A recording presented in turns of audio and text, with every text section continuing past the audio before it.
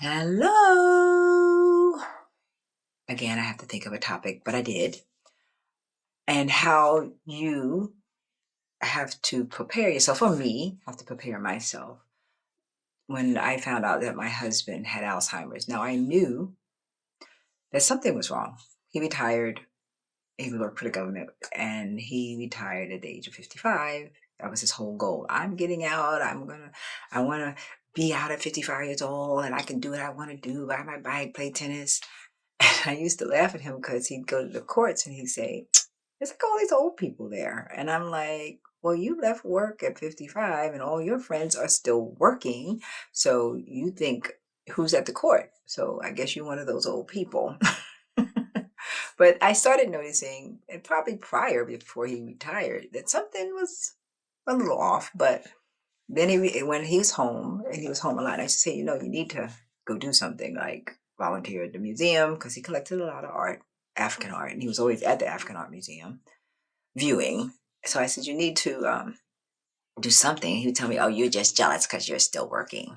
And I'm like, no, I'm not. But because I started seeing slight little things like watching the movie, and he'll say, I never saw that movie. And I'm like, yeah, we did. And so finally, when I asked the doctor that something is wrong, he was like, oh, to appease your wife, go have this test done. And the first neurologist said he was fine. And when he came back for his next checkup after 6 months, he was like, not sure. Something might be wrong.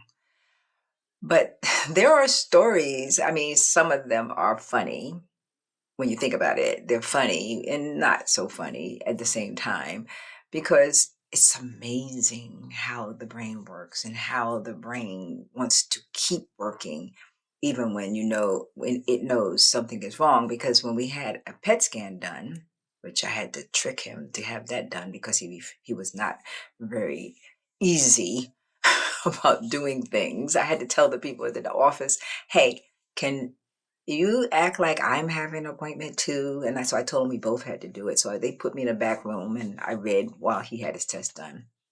And when the doctor saw it, she says, you can see where the glucose isn't going in this part of the brain, but it was revving up in the back of his brain, which was revving up to try to compensate for the part that wasn't working.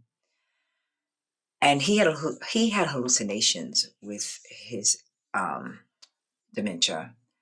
And it would be, he'd come upstairs sometimes and I go, why is the TV still on? And he'll go, because that lady and that boy is downstairs watching. And I'm like, what lady and boy? And I said, after a while, I'm like, they really need to pay me rent because they just can't be here. And he would just roll his eyes at me. But there was a time I remember I decided I did jury duty and I was there for one day and I kept avoiding at first registering to vote because when we lived up in Baltimore, I got called all the time. But this time in PG, I went to one time and I went home. They didn't keep me. So when he got called for jury duty, I thought, okay, this is cool. He's still driving. I mean, it's a day, he'll be home. So I showed him how to get there and he went. So he came in a little late and I was like, are you in a trial? He was like, no, I'm not on a trial. Then he said, well, we were doing mock trials. I said, what mock trials are you talking about? And he says, we're doing mock trials. And then he pulls out the card that says juror. I said, well, it says you're a juror. I said, you have to go back tomorrow? He was like, yeah, I have to go back tomorrow. I'm like, okay. So the next morning I got up and there he is sitting watching TV. And I'm like, don't you have to go down to the courthouse? He was like, I'm not going. What do you mean you're not going? I'm not going. So I'm calling the courts and they're like busy, of course, it's in the morning. And they're like, can you call back in the afternoon? And I said, well, just answer me this. If he doesn't show up, is the sheriff going to show up at my house?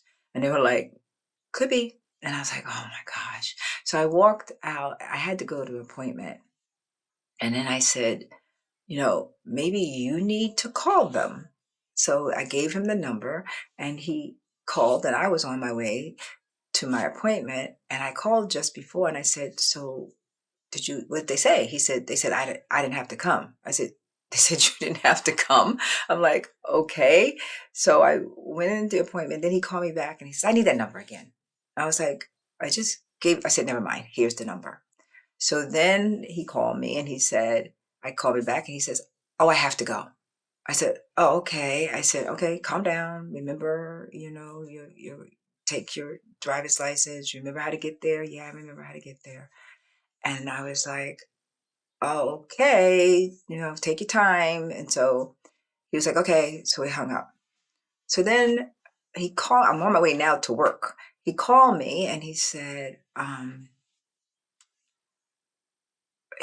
think when he called me back this time, he was panicking and he was upset because he said, I went and got in my car and everything turned yellow and I couldn't say anything. And he was crying. He was upset. I was just like upset. And I was just almost at work and I'm like, I can't understand you. What are you saying? And he was like, I just couldn't see anything. And then he said, and can you please, and he's like begging me, can you please call them? Can you please call them? And then he tells me he's the foreman. I'm like, oh my God, you're the what?